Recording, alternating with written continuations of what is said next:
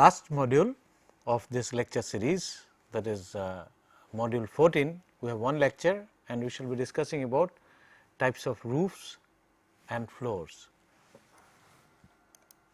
So, outline of our this lecture will be, we will talk about functions of roof, then we will discuss on general features of roof, performances of roof, and similarly we will look into floors and their performances.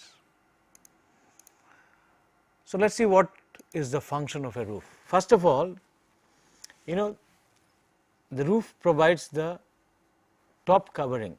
It is the top cover of the building, topmost cover of the building, and therefore, it provides the outer cover to the space, and is an essential component of the envelope. It is an essential component of the envelope, right. Therefore, roof should be safe, stable to carry the imposed load due to human activity, and maintenance if accessible. Not all necessarily all roofs are accessible.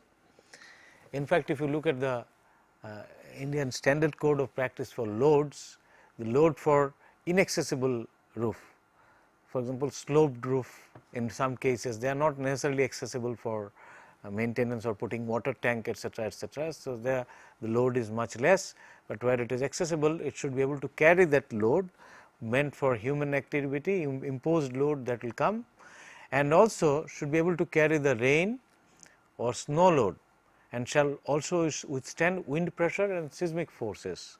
Now, wind pressures comes, of course, there could be kind of an pressure onto the direction of the direction or windward side of a roof. If it is a sloped roof, pitched roof, slanted roof, gable roof, whatever we call them, sloped roof essentially, and on its leeward side, that is called, that is direction on the away side of the wind, wind direction, like wind comes and impinges upon one side, and that we called as windward side, and the other side is the leeward side, if you remember. Then on the leeward side you can have partial vacuum. So, that kind of wind forces it should be able to withstand, and also any seismic forces. Now, as I mentioned, it provides the space as shelter against rain, wind and solar radiation, and therefore, it is also an essential component of the building envelope, the outer envelope. It forms an essential component of the outer envelope of the building, and thus it should have good thermal performance in addition to structural stability. It should be stable, should be able to withstand all the load that coming from the human activity, the imposed load, and should be able to also withstand the wind pressure if there is any, and any seismic forces that may eventually it will encounter during its service. It should be able to withstand all that. Snow load, rain load, because rainfall intensity will, accumulation of the rain load will actually depend upon the intensity of the rainfall and the drainage that you have. Snow load, accumulation of the snow, and so it has to take care of all those. In addition, it must, since it is providing a shelter against rain and wind and solar radiation, it should have good thermal performance, because it is the roof which receives actually maximum solar radiation, and therefore, it should have good thermal performance, because this is, this is exposed, top is always exposed to the sunlight. If it is a wall, it would, say, a north facing wall in northern hemisphere away from the equator, on northern latitudes, it may not receive any sunlight during summer, except early in the morning and late in the evening. But if you look at the roof, it receives all the time radiation. We are talking of tropical climate, not beyond tropical climate. So, in India, as you know, the latitude varies from 8 degree to about 31 degree, 8 degree being Trivandrum and 31 being J&K, somewhere in Srinagar around 31, 32. So, latitude being within this range, varying between this range. So, you are likely to have solar radiation, may not have in all walls, but definitely you have maximum radiation in the roof. So, roof is the most important component from thermal performance point of view. Therefore, thermal performance of roof is important, and it should definitely shall perform well against rain penetration. This is most important, and moisture ingress, because rain penetration is very important here. Rain penetration, one thing, it creates discomfort. If you remember, we talked about something about dampness. If you remember, we talked about dampness, and this rain penetration creates sort of a discomfort. Visually, it is a discomfort, because rain comes, moisture ingress, condensation or moisture ingress takes place inside, and if the moisture is seen at the surface, at the ceiling or wall, this of course gives us a kind of discomfort. That is number one. But there are other issues. The other issues are, it actually can trigger off deterioration of the structural member itself, depending upon whatever is the structural member, because moisture is the main thing, it is the main agent for deterioration of most of the materials and structural elements. So, therefore, it has got twofold effect. First of all, it looks visually, it does not look nice, it will destroy the internal finishing, maybe paints and such things, and besides that, it will trigger off additional deterioration of structures. Maybe in RCC structure, it might cause reinforcement corrosion, and eventually the concrete will start falling. So, moisture ingress is very, very important in case of roof, and that has to be fully taken care of. So, performance against rain penetration is very important. Now, we can have pitched roof, or what is called sloped roof. Now, this is preferred against excessive snow load or rainfall, so that it can drain easily. Usually in hilly areas or cold areas, this is preferred, and usually in low rise building, not very tall buildings, not very tall multi-story buildings, but usually not, but you can have, of course, you will have certain disadvantages in such situation. We shall look into that, but usually used in places where you have excessive rainfall, snow load, etc., so as to drain it easily. And then factories, used in factories, you see, north light roofing can be used in factories. So, north light roofing can be of different kind. It can be with the flat roof also. You can provide some sort of roof lighting, because big sheds, long sheds, you need daylighting at its interior, which you can't get from the wall. The wall can provide you like if you have a long shed, something like this, very long shed, very long, very long shed, let us say, shed is something like this. So, this is very long, this length is very long, and distance from the wall to the interior point somewhere here is very large. Now, in such situation, daylighting, even if you provide some windows here, let us say you provide some windows here, daylighting will reach, depending upon the height of the window, width of the window, daylighting may not reach at the center point. So, what you can do? You can provide some sort of roof lighting there, So, that is lighting, and usually such lighting is provided in the north side. Why? Because we said for the lighting purposes, we do not want direct sunlight, that we discussed in connection earlier in connection with in various connections, that we do not prefer direct sunlight, in connection with the glasses we are talking about, we do not prefer direct sunlight. Why? Because direct sunlight will bring in, direct solar radiation brings in a lot of heat also.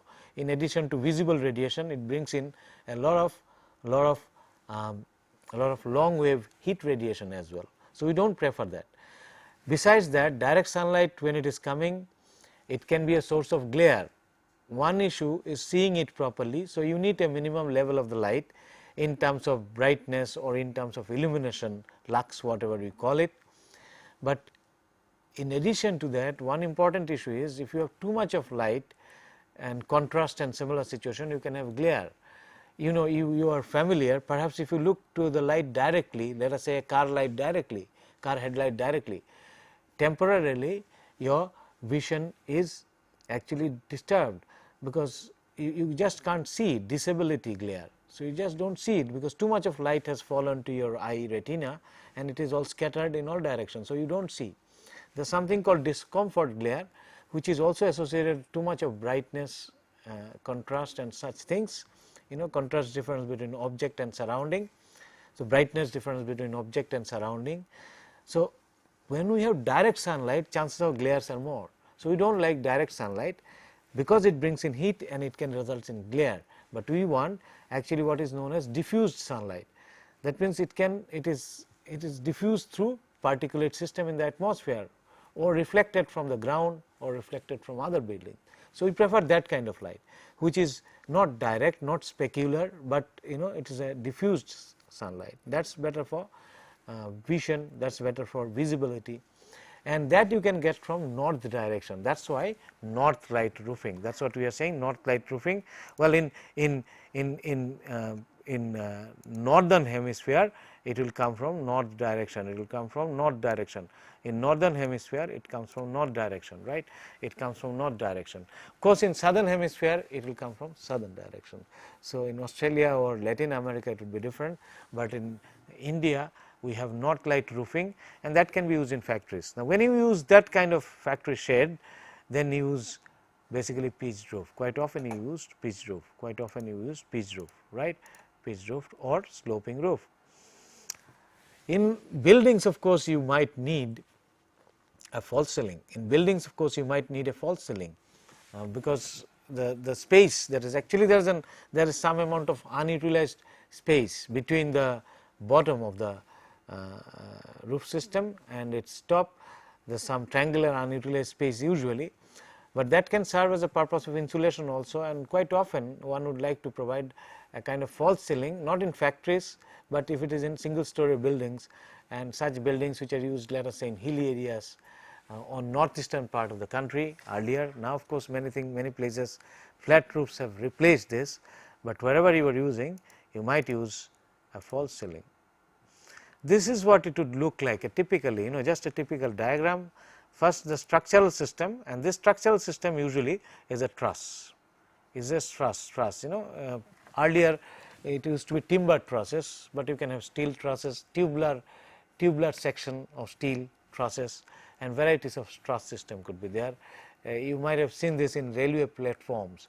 There, of course, the truss system supports the railway platform, the shed type.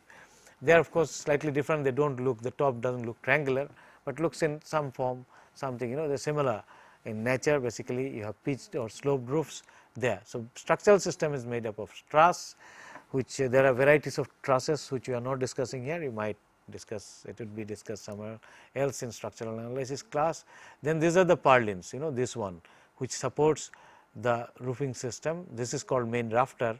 Of course, if you are dealing with the structural design of them and analysis, then you would be knowing, but at the moment for our construction point of view, this is the purlin, and then this is the top covering. Sometime it could be GI sheets, that could be tiles or many other things. So, that is how a pitched roof looks like, and this is of course the false ceiling, maybe suspended from the truss system here, right, false ceiling which is suspended from this system here, and this would provide, this place is blank. In factory you can leave it blank, there is no problem. Many other places you may not like to keep it blank from aesthetic point of view, and if you provide a false ceiling, that is within the room, this is within the space within the room. So, then this can even provide as a kind of sort of an vacuum, or rather sort of a air filled space which will act as an insulation, So, this is how the pitched roof normally, typical pitched roof will look like. The cover, this could be ceramic tiles and many other sort of things can be, ceramic tiles can be used for covering. So, let us look at one more of this pitched roof, aluminum type. For example, this is what I was saying is the purlin. This is close to the ridge, and this is away from the ridge. This is having also some insulation at the top, aluminum alloy and steel decking, a special kind of sloping roof system, pitched roof system, and this top is actually hot bitumen, as you know, and with grit. Grit means we have white stones on bitumen with finished with 5-ply felt, and this kind of thing can reflect. If it is white stone, it can reflect a lot of solar radiation, because we do not want it, we want better thermal performance. So, heat should not come in. This system also, since there are some space, vacant space inside, this can act as an insulation. This is the steel decking, right. This is the steel decking, the purlins are here, this is the steel decking, right, steel decking, and this as you can see, the roof finishes at the top, which has got the felt and fiber board here inside, which will act as insulation, and this is of course the ridge cap. So, this sort of a system can act good, well, you will have good thermal performance as well, in addition to cover large span. So, when you want to cover large span, very long span, like in factory and sheds, this is still used, because truss system is very useful structurally to cover large span. Flat roofs would be normally very long, very wide or very large column free space for flat roof is difficult. So, either you have to have shell roof, you can have varieties of kind of shell or folded plates. There are other kind of structural system which can support the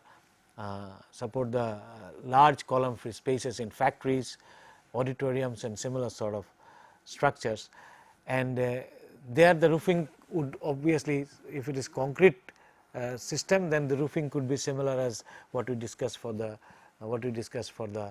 flat roof system. But the many cases you have large column free spaces are covered by trusses simply from structural reason, not necessarily for rainfall. So, factory sheds quite often you will have that, but where you need lot of insulation or lot of better thermal performance, one can go in for this sort of thing with white finish at the top, white stones, grit finish at the top, and then you have fiber boards and so on, insulation allowing you to have good thermal performance. This is a case of not light or light roofing. This is not light, but this is overall with 20 continuous strips of glazing. So, this spaces that is there, this spaces that is there, this spaces here, this spaces here, this spaces here, you have actually glazing. This will have glazing, it means glasses to bring in light. This will of course, if you have on both sides, it will bring in direct sunlight as well, but if they are translucent, then it will allow only diffuse light to come in. So, you can have translucent surfaces, not really glass surfaces, which will bring in direct solar radiation, but translucent surface diffuses it, will not allow transmit specular radiation pass through it, rather it will diffuse the whole thing. So, you can have translucent. Many other cases simply on one side you have an opening of this sort, just extend this and you have an opening here. So, this is glass, this portion is not there, light can come in if this was the north direction. So, roofing system can integrate the lighting, daylighting purpose also. Normally daylighting in normal building, of course, it is through the wall, the windows, the glass, right, and as far as glass is concerned, as far as daylighting is concerned, it absorbs only 15%, 85% light it will allow it to come in, and diffused solar radiation, light it allows to come in. It will have also some amount of transmittance is less than 100 there as well, and maintenance is important. If you maintain the glass clean, then of course the lighting would be better, but if it is there is something called maintenance factor. So, it is expected that maintenance factor means dust accumulation on the glass or the translucent surface bringing in light should not be there. Maintenance factor should preferably be never below 0.7, so that at least 70% of whatever light is incident, visible light is incident, comes inside, daylight comes inside. So, anyway, roofing can be combined to get sufficient daylight, and these pitched roofs are used for that purposes. As you can see, the truss in the factory building, long factory shed, and continuous strips of glazing here, translucent glazing here on all these places, but you can have other kind of systems also. So, this is how pitched roof is used well, both structurally as well as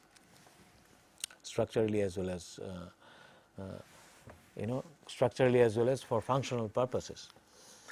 Now, pitched roof definitely has certain disadvantages, because it is not easy to have human activity up there.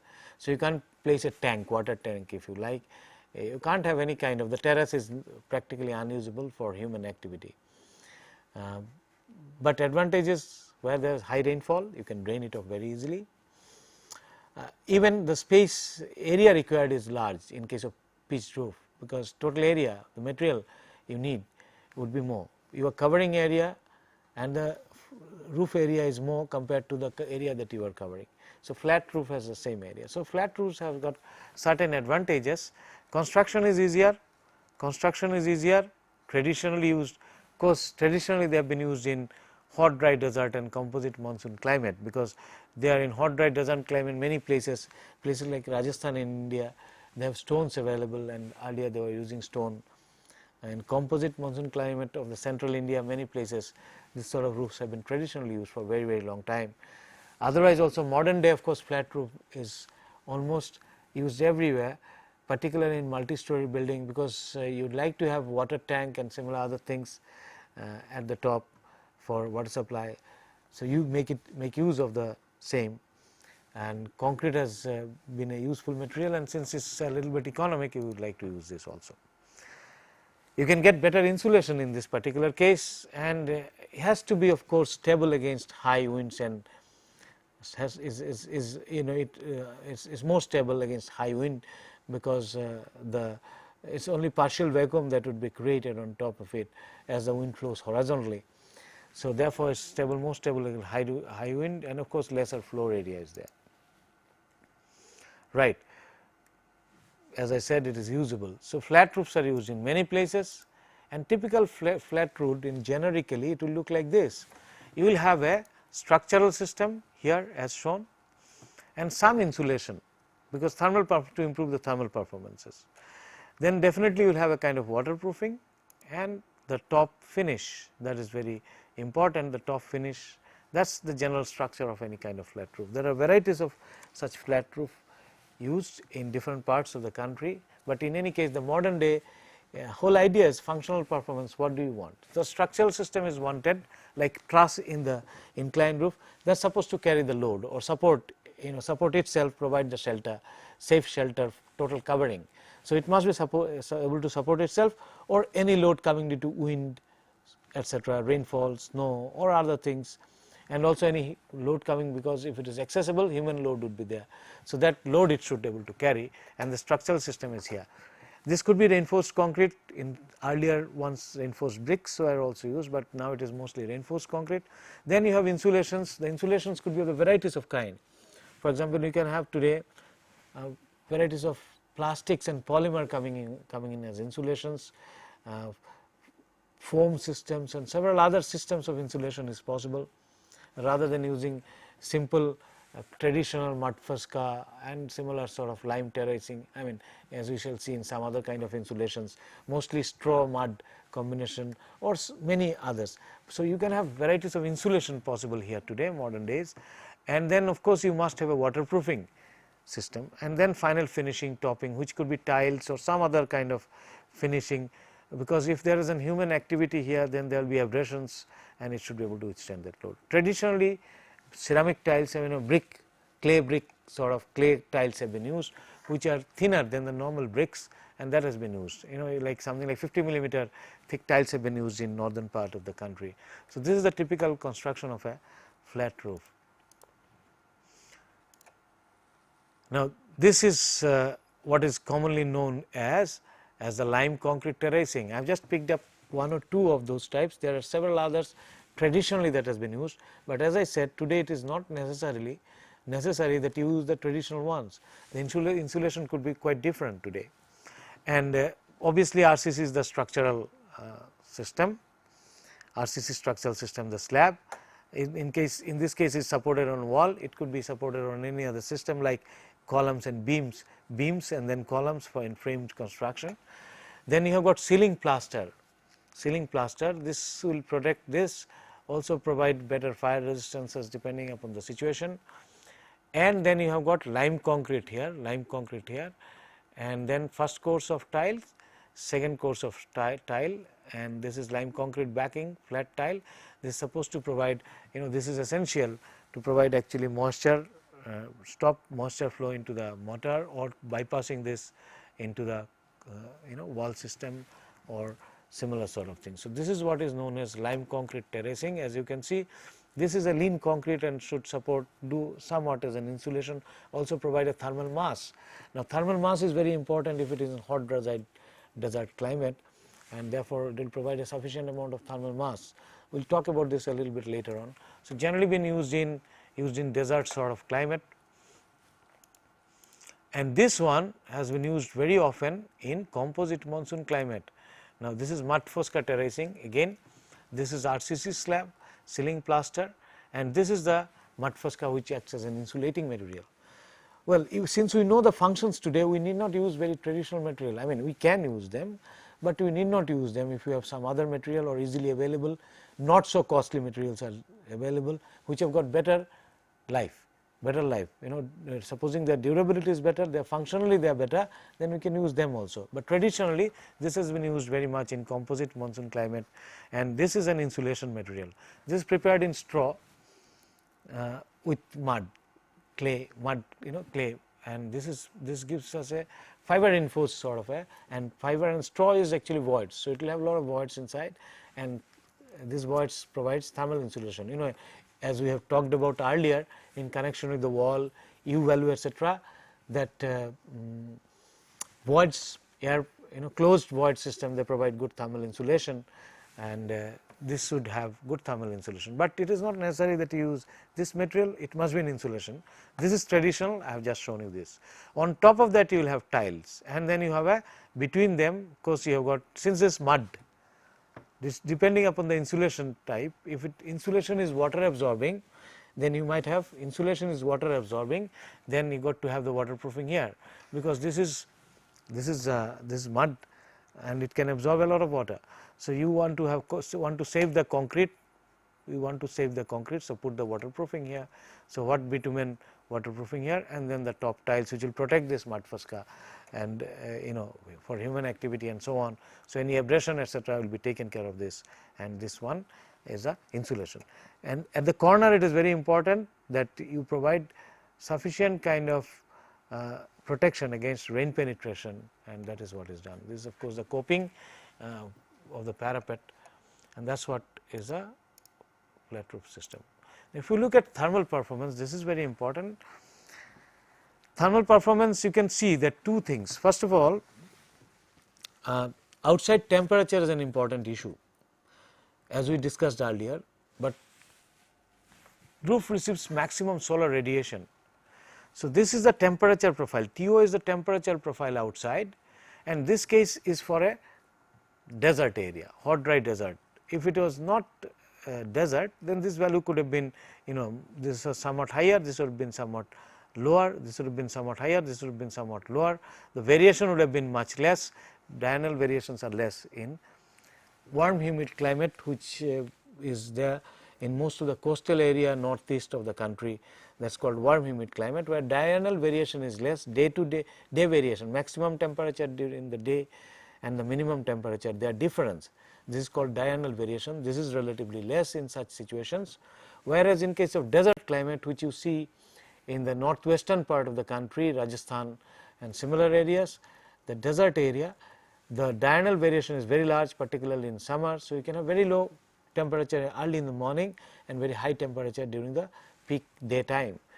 So, this difference is very large, and as you can see, this peak actually temperature is attained somewhere around local time about 3 p.m. or so. Now, in addition to that, the roof will receive maximum solar radiation. So, this curve shows is the equivalent temperature due to solar radiation. I mentioned to you sometime that radiation is received, and this radiation can be converted into an equivalent temperature. So, effective temperature, if we may call it, the what we call as soil air temperature, this will look like this, soil air temperature, which is takes the solar radiation and also the temperature into account. So, this is the soil air temperature. This portion we call as soil air excess, above this excess above the solar normal temperature, and this total we will call as soil air temperature, which is the equivalent temperature taking account of the solar radiation falling onto the surface. Now, this temperature peak would be realized somewhere here, and you can see this temperature profile. If this is my comfort zone of temperature within a room, it may go below the comfort zone at certain point of time. In this case, about 9, 11 or 10 to 11 p.m. in the night. So, what you can do is you can provide sufficient time lag. You remember I mentioned about time lag earlier in connection with wall. There is a phase lag. The peak here would actually cause peak heat flow into the room 12 hours later. How does it happen? If the roof can absorb a lot of heat before radiating it back within the room, right, and there is a time delay such that it absorbs, do not radiate it immediately, radiate it somewhat later, right. So, there is a time lag in time delay, and this in technical terms we will call it phase lag, because it is a wave form, actually temperature wave form. So, there is a phase lag. So, if this phase lag is about 9.5 hours, 9.5 hours, then it would reach at 11 p.m. the peak heat flow inside the room will be at maybe 11 p.m. When the temperature has gone below the comfort level, that means you start heating the room for the comfort. So, you can well utilize if there is sufficient thermal mass. So, no wonder that lime terracing, which we showed earlier, is used in Jodhpur, it's or used in such areas where you need large thermal mass. Since you need large thermal mass, that which can hold on to the heat and transmit it much later, traditionally they have been used that way. You will have thick walls everywhere in those areas, thick walls, so that it absorbs the heat and then radiates it much later. Even in composite monsoon climate, in hot dry desert season, May, June or similar season, you have hot dry, this could be useful. But anyway, the point is you can utilize the thermal performance of the roof to a beneficial way in desert climate. In other cases also, thermal performance in tropical climate should be such that it should be able to reject the heat as much as possible, should not allow the heat to come in. So, in conditioned building, U value will be very important. You remember U value we talked about in connection with the wall. You can find similarly the U value of the roof. So, U value is important. Absorptivity, solar radiation absorptivity, alpha to solar radiation is important.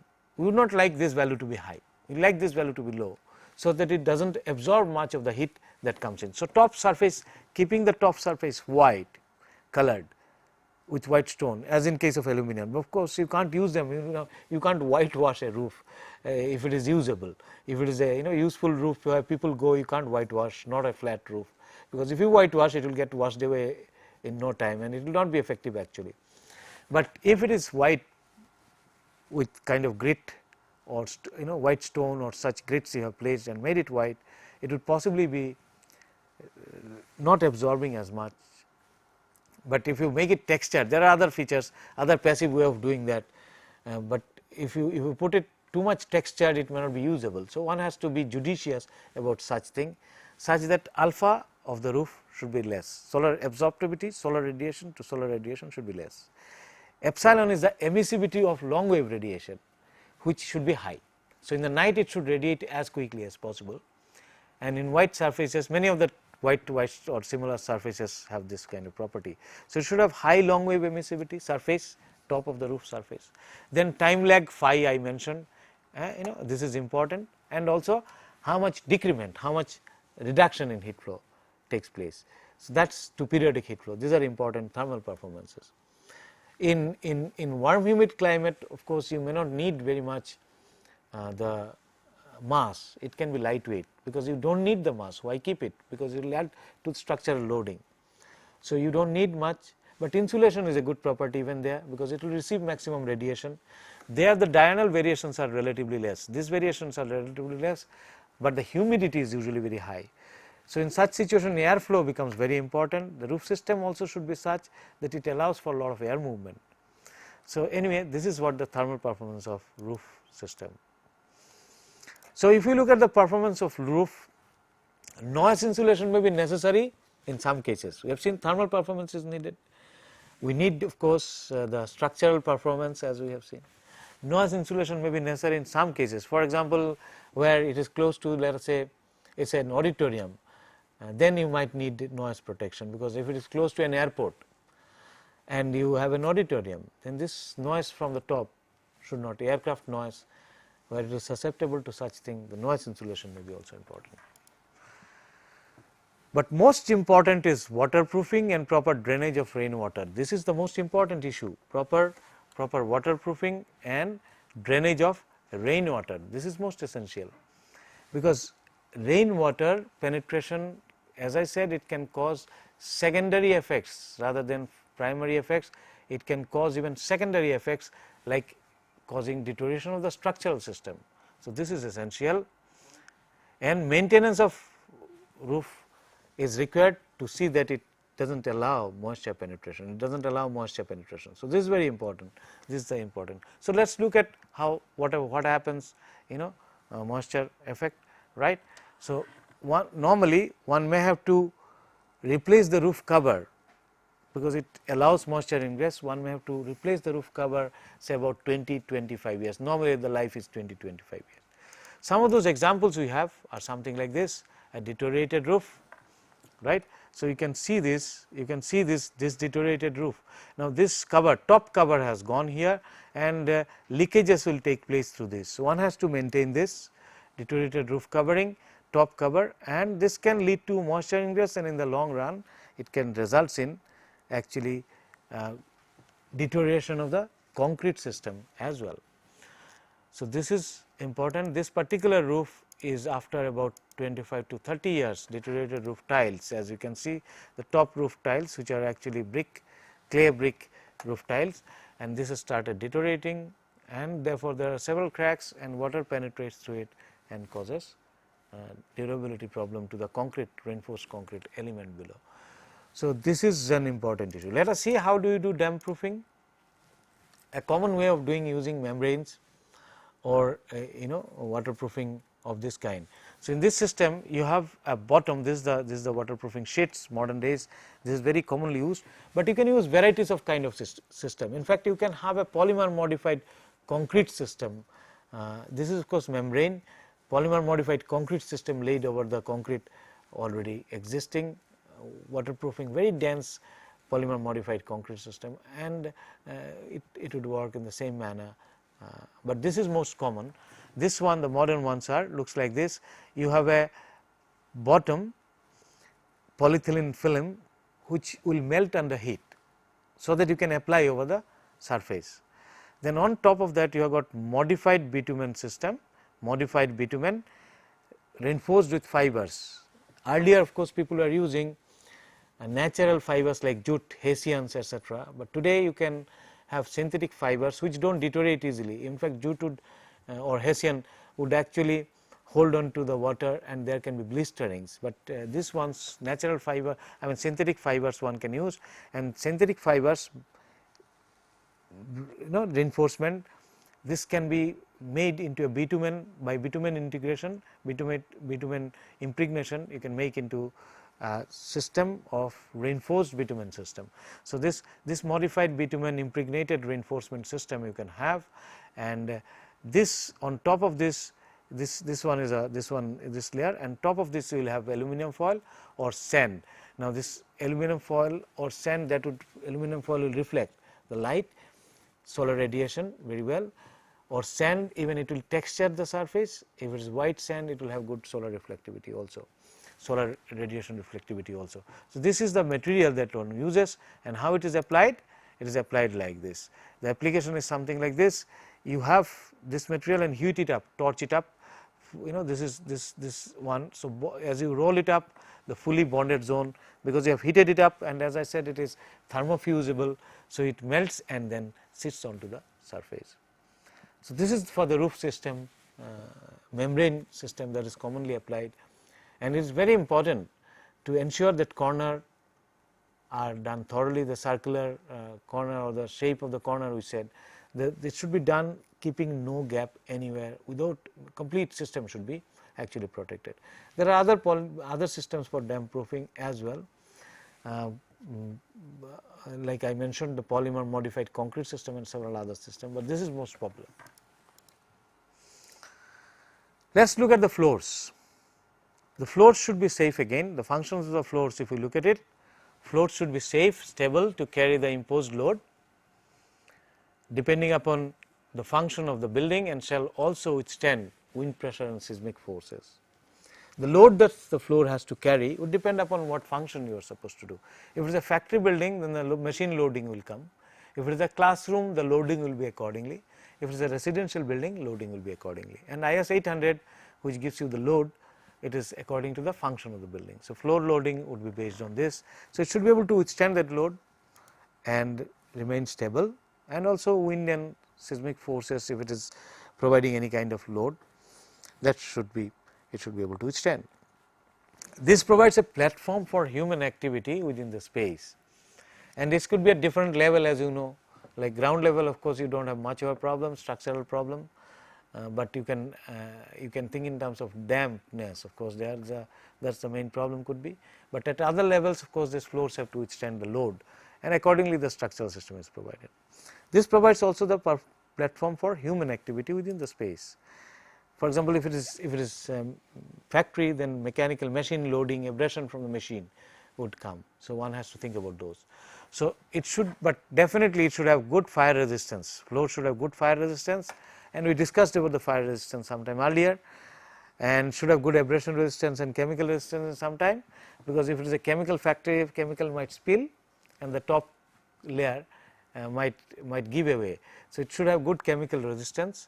Some cases noise quality, noise control, noise insulation qualities are also required, and this in specific cases this would be necessary.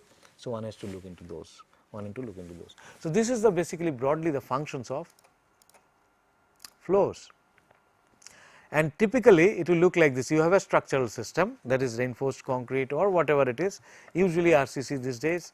Then you have a flooring system, you do not have much of a thing to do. See, thermal performance may not be a very important issue here, because it is only separating between two spaces.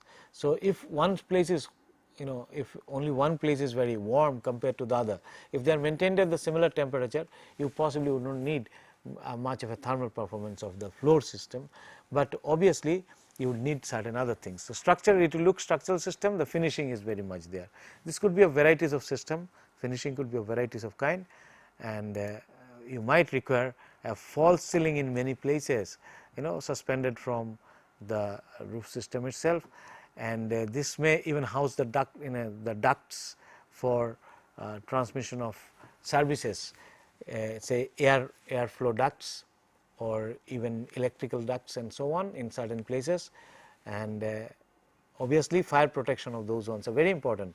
You have fire dampers and similar sort of thing, but then that we will not discuss at the moment. So, some cases you may have false ceiling, could be having of gypsum, then you provide better fire protection also, as you know. There are various kind of false ceilings are possible, boards could be there, and they would be, since they they depend upon what is the function, what is the usage of the room. So, that is how a typical floor would look like. Now, let me look at noise protection. Most important in case of floors are the noise protection. Now, noise should not be transmitted from one room to the other through the floor. Now, how the noise can be transmitted? There are two mechanisms through which noise get transmitted. One is called airborne noise, other is the structure borne noise. For example, if you have footfall, if you have if you stamp the floor, then vibration is generated onto the structure and then transmitted into the next room, right, because the vibration of the structure itself, or transmission of the movement of the particle about their mean position of equilibrium in the structure. So, that is a structure borne noise.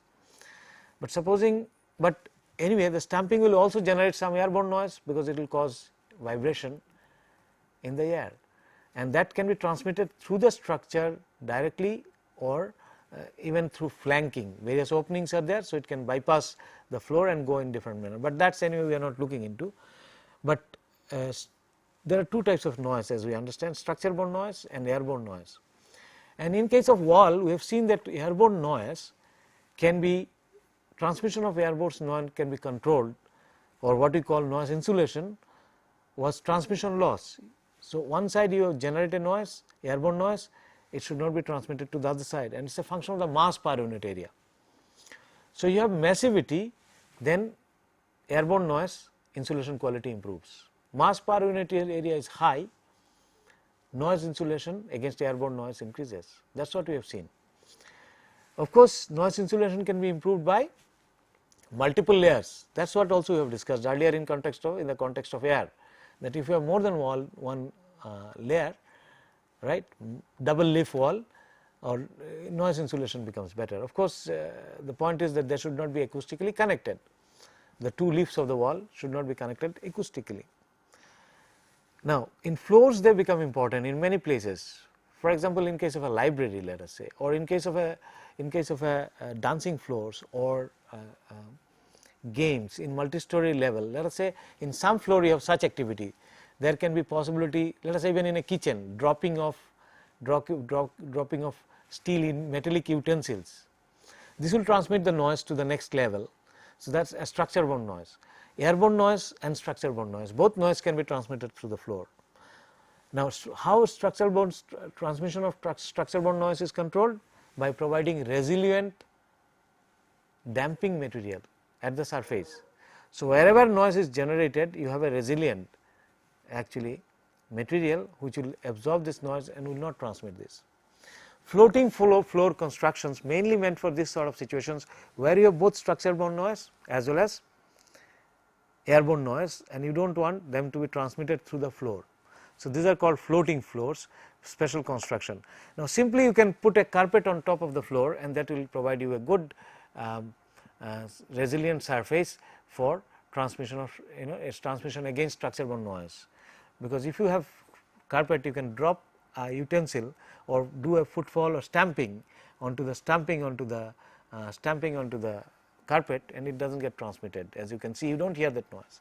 So, they provide resilient finish, can provide good structure borne resistance against structure borne noise. But if you want also airborne noise insulation, then you provide mass.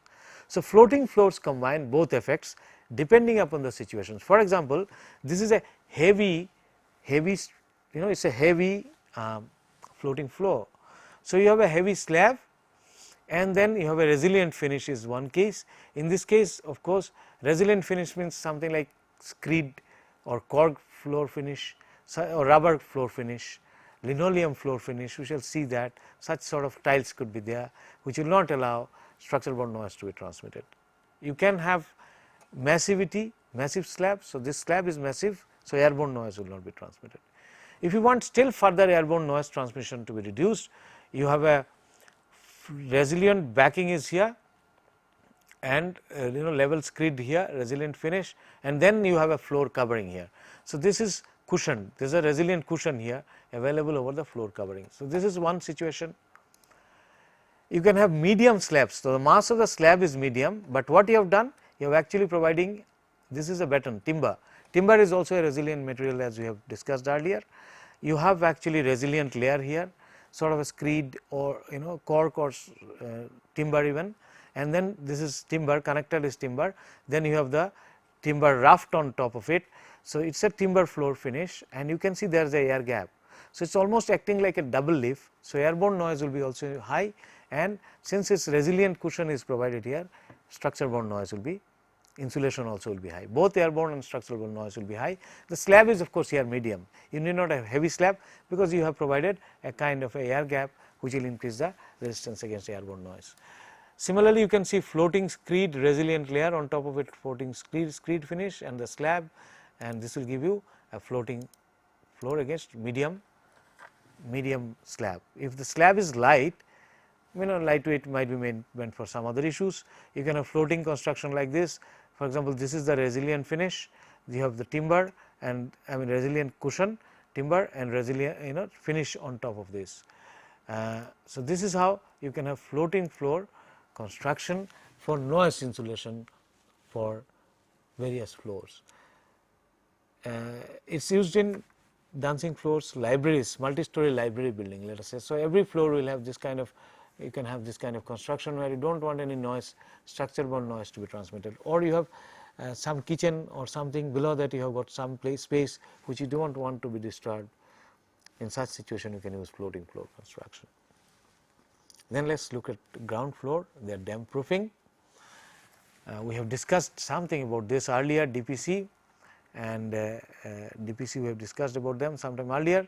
So, this is the DPC damp proof course I mentioned earlier. You have plain lean concrete and above which you have DPC, then floor concrete for ground floor, moisture control. So, here you have lean concrete is the bottom base of the floor in case of ground floor, Moisture control is very important.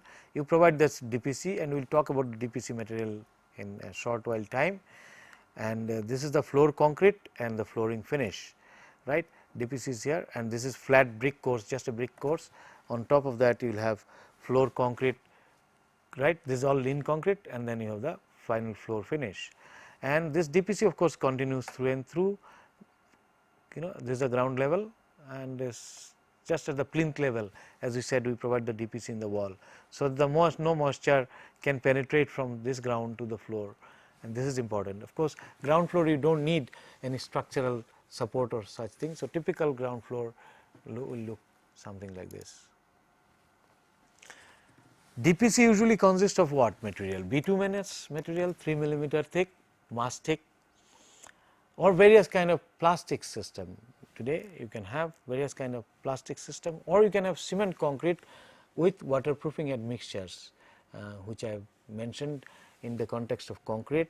So, you can have waterproofing admixtures together with concrete, or you can even today, as I mentioned, you can have polymer modified concrete or such concretes which is very dense, do not allow moisture to improve, it is not impervious to moisture. They would be useful, but most commonly used is of course the bituminous type. Let us see what are the materials for flooring. Ceramic tiles, they have been used in many places. As you know, you would see ceramic tiles in many places.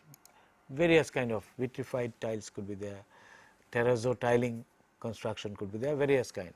Then cement concrete flooring, this is very common in most of the places.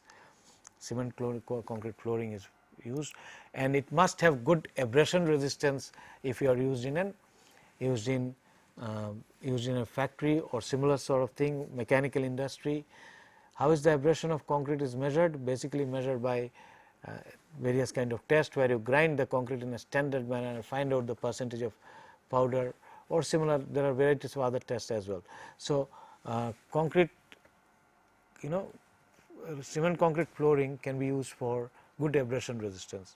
Precast concrete tiles, they can be used for similar sort of things. Stone flooring in some other places. Wooden flooring is used in floating floor construction, just some of them I have shown, because supposing you have a floor for indoor games.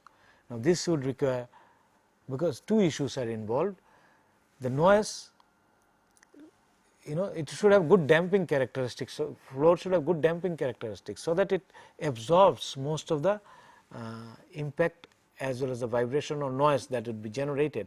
So, that the noise is not, too much of noise is not generated within the room itself, and of course, if it is in a floor, it should not be transmitted to the other room. So, wooden floor serves this purpose, because it can absorb most of this. It has got good resilience and damping properties.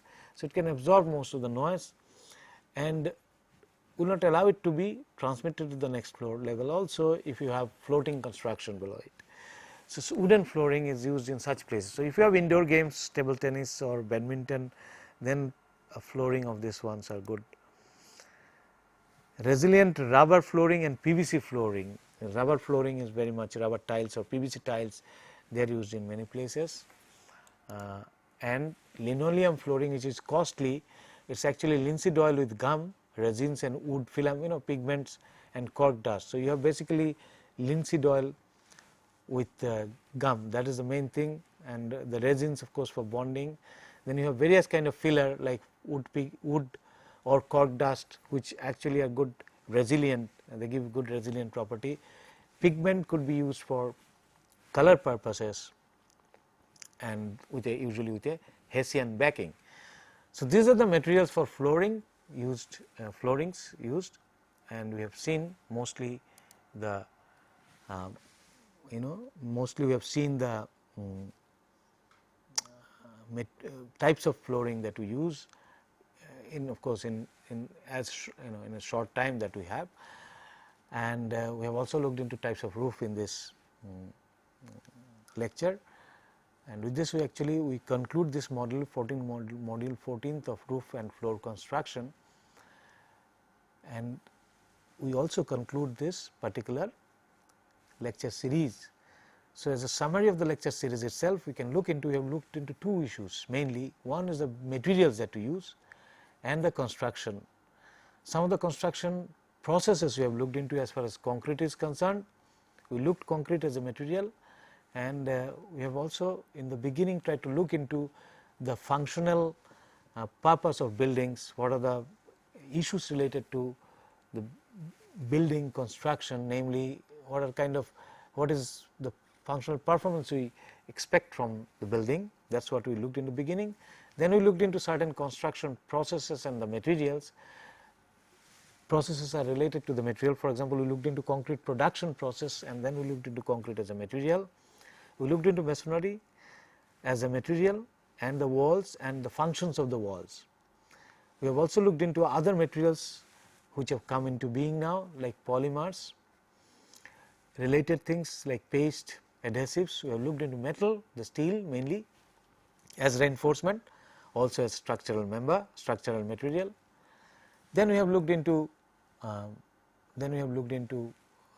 timber a little bit, and glasses, which are the other construction materials. So, as much these are the basic materials, but by far definitely we have not gone into too much of details of these materials, because the time possible, it is not possible to cover everything. Details can be looked into detailed courses on each of these individual material and construction that we have looked into. So, lastly we have looked into roof and aspects of roof and floor construction, and I think with that we conclude this series of lectures. Thank you.